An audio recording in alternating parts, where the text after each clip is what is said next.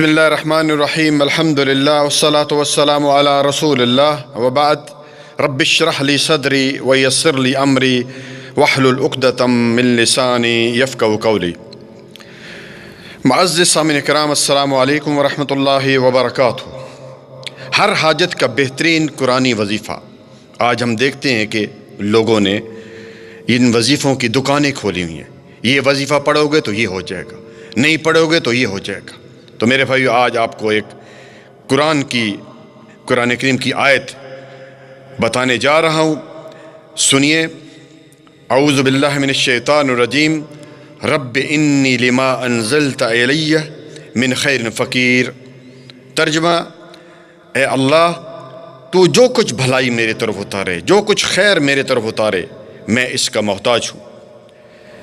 میرے پیارے بھائیو، موسیٰ علیہ السلام لمبا سفر کر کے مدین پہنچتے ہیں، بھوکے ہیں، کھانے کے لیے کچھ نہیں، سفر کی تھکان اور بھوک سے نڈھال ہیں۔ ایک کنویں پر دیکھا کہ لوگوں کا ہجوم ہے جو اپنے جانوروں کو پانی پلا رہے ہیں، اور دو لڑکیوں پر نظر پڑی جو جانور کو پانی پلانے کے انتظار میں ہیں۔ چنانچہ موسیٰ علیہ السلام کے دل میں رحم آ گیا۔ ان سے پوچھا بات کیا ہے؟ کہنے لگی مردوں کے ساتھ اختلاط نہ ہو، یعنی مرد زیادہ ہیں تاکہ یہ پلا لیں، اس کے بعد ہم جانوروں کو پانی پلائیں گے۔ موسیٰ علیہ السلام نے ہمت کی اور ان کی جو بکریاں تھیں، جو بھی جانور تھے، ان کو پانی پلا دیا۔ ان جانور کو پانی پلا کر ایک درخت کے سائے تلے اللہ تعالیٰ سے دعا کرنے لگے، جو کہ میں نے اوپر پڑھی ہے، رب انی لما انزلت الی من خیر فقیر۔ اللہ، تو جو کچھ بھلائی اور خیر میری طرف اتارے، میں اس کا محتاج ہوں۔ چنانچہ موسیٰ علیہ السلام کی دعا قبول ہوئی۔ لمبا قصہ ہے جو آپ کو سورۃ القصص 20واں پارہ آیت نمبر 23 سے 28 تک جو ہے وہ مل جائے گا۔ وہ دونوں حضرت شعیب علیہ السلام کی بیٹیاں تھیں۔ ان کی ایک بیٹی کے ساتھ ان کا نکاح بھی ہو گیا۔ دیکھیے میرے بھائی، اللہ تعالیٰ نے کس طرح دعا قبول کی۔ کام بھی مل گیا، جاب بھی مل گئی، گھر بھی مل گیا، کھانا بھی مل گیا، اور کھانا پکانے والی بھی مل گئی، یعنی بیوی بھی مل گئی۔ قرآن کی اس آیت سے ہمیں کئی سبق ملتے ہیں۔ پہلا سبق یہ ہے میرے بھائیوں کہ موسیٰ علیہ السلام نے اللہ کو پکارا، کسی کا واسطہ، کسی کا صدقہ نہیں کیا۔ وَقَالَ رَبُّكُمْ ادْعُونِي أَسْتَجِبْ لَكُمْ إِنَّ الَّذِينَ يَسْتَكْبِرُونَ عَنْ عِبَادَتِي سَيَدْخُلُونَ جَهَنَّمَ دَاخِرِينَ۔ سورۃ مومن آیت نمبر 60۔ اللہ تعالیٰ کا فرمان ہے کہ تم مجھے پکارو، مجھ سے دعا کرو، اور جو مجھ سے دعا نہیں کریں گے، مجھ کو نہیں پکاریں گے، میں ان کو ذلیل و خوار کر جہنم میں پھینکوں گا۔ آج ہم میں سے بعض لوگ یہ ضروری سمجھتے ہیں کہ نہیں جی، ہم اللہ تعالیٰ تک کس طرح پہنچ سکتے ہیں، اللہ تعالیٰ تو بہت دور ہے۔ چنانچہ اللہ تعالیٰ تو فرماتے ہیں وَنَحْنُ أَقْرَبُ إِلَيْهِ مِنْ حَبْلِ الْوَرِيدِ، تمہاری شارک کے نزدیک ہو اپنی علم کے حساب سے، ورنہ اللہ تعالیٰ عرش کے اوپر ہے۔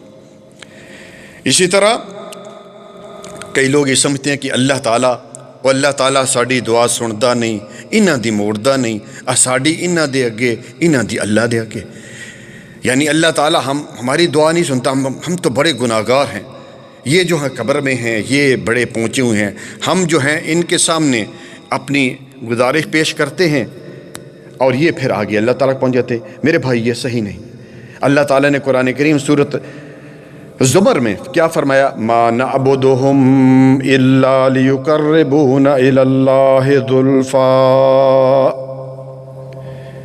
مشرکین مکہ اس وقت کیا کہا کرتے تھے کہ ہم ان کی عبادت نہیں کرتے، ان بتوں کی، ان قبر والوں کی، مگر اس لیے کہ ہمیں اللہ تعالیٰ کے قریب کر دیں۔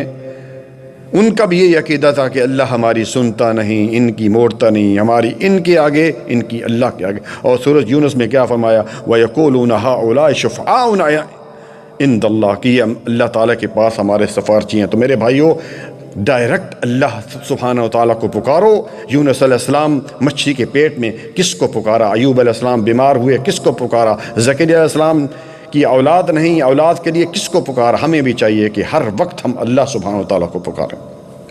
اور اللہ تعالیٰ کو حضرت موسیٰ علیہ السلام کی دعا اتنی پسند آئی کہ قیامت تک کے لیے اس کو قرآن بنا دیا۔ دوسرا سبق، دوسروں کی مدد کرنا۔ ظاہر ہے موسیٰ علیہ السلام نے ان بچیوں کی مدد کی، اور دوسروں کے کام آنا یہ بھی ایک عظیم عبادت ہے۔ جس طرح صحیح مسلم میں کائنات کے امام جناب محمد رسول اللہ صلی اللہ علیہ وسلم نے فرمایا، من نفس عن مؤمن کربتا من کرب الدنیا نفس اللہ عنہ کربتا من کرب یوم القیامہ، کہ جو شخص کسی مومن سے دنیا کا کوئی غم و مصیبت دور کرتا ہے، اللہ تعالیٰ اس سے قیامت کے غم اور مصیبت اور مصائب سے ایک مصیبت دور کر دے گا۔ اور دوسری روایت میں ہے کہ واللہ فی عون العبد ما کان العبد فی عون الاخی، کہ جب تک بندہ اپنے بھائی کی مدد کرنے میں لگا رہتا ہے، اللہ تعالیٰ اس کی مدد میں لگا رہتا ہے۔ اور قرآن کیا کہتا ہے؟ وَتَعَاوَنُوا عَلَى الْبِرِّ وَالتَّقْوَى، سورۃ مائدہ، کہ نیکی اور تقوی کے کاموں میں ایک دوسرے کے ساتھ تعاون کرو، مدد کرو۔ اور سیدنا ابن عمر رضی اللہ عنہما پھر روایت ہے کہ رسول اللہ صلی اللہ علیہ وسلم نے فرمایا من کان حاجت اخی کان اللہ فی حاجتہ، کہ جو اپنے بھائی کی حاجت پورے کرنے میں لگا ہو، اللہ تعالیٰ اس کی حاجت پوری فرمانے میں لگا ہوتا ہے۔ متفقن علیہ، بخاری مسلم کی روایت۔ دیکھیے میرے بھائیوں، موسیٰ علیہ السلام نے ان کی مدد کی، اور اللہ تعالیٰ نے ان کو کچھ بھی نہیں تھا ان کے پاس، نہ کھانا نہ پینا نہ گھر، بیوی بھی دے دی، کھانا بھی دے دیا، گھر بھی دے دیا۔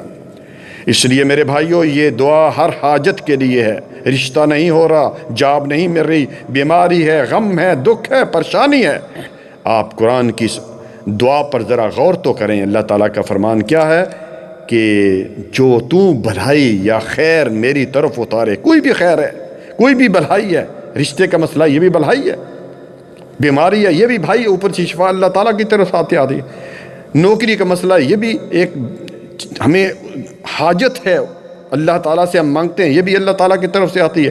تو جو کچھ تو بھلائی میرے لیے اتارے، میں اس کا محتاج ہوں۔ اللہ تعالیٰ سے دعا ہے کہ اللہ تعالیٰ ہمیں نیک عمل کرنے کی توفیق عطا فرمائے۔